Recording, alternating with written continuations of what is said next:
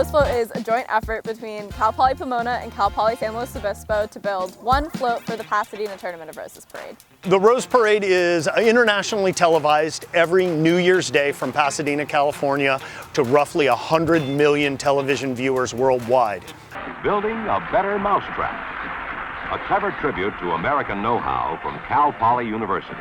This entry was built by students on campuses in Pomona and San Luis Obispo. The amazing part about that exposure is the Super Bowl level television advertising that we're talking about for two universities, and for these students to be able to create something and build something and then be able to call, grandma and grandpa in the Midwest or something like that and say, turn on your television, I built that, I worked on that project. There's usually between 40 and 50 floats in every New Year's Day parade, and all but 6 of them are built by professional float builders. There are 5 volunteer communities that get together, and then Cal Poly's student-built floats. Cal Poly has been making floats since 1949. The floats throughout the years have greatly changed as basically the heart of the parade has changed over time. The floats have gotten more extravagant and more artistic. Last year, we're super proud of the fact that we won the Extraordinaire Award. We have a winner. It's called the Extraordinaire Trophy, and it is, quite frankly, simply put, the most extraordinary float. This is one of the top awards. The top award is called the Sweepstakes Award. It's never been won by a self-built float. It's only ever been won by a professional. This award is considered just underneath that. Getting something that we never really thought we could achieve has really inspired us to set our sights even higher.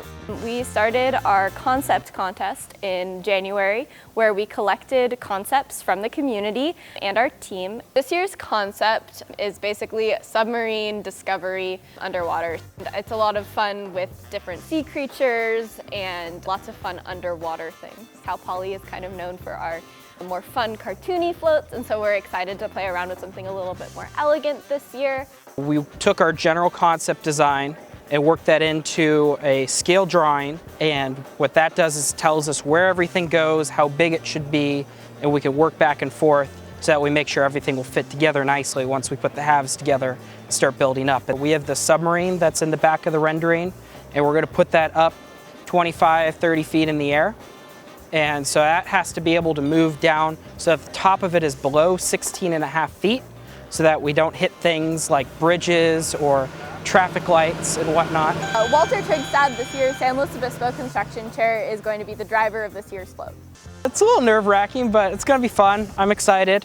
And the nice thing for the most part is I don't have to worry about where the float is most of the time, since I have a navigator as well.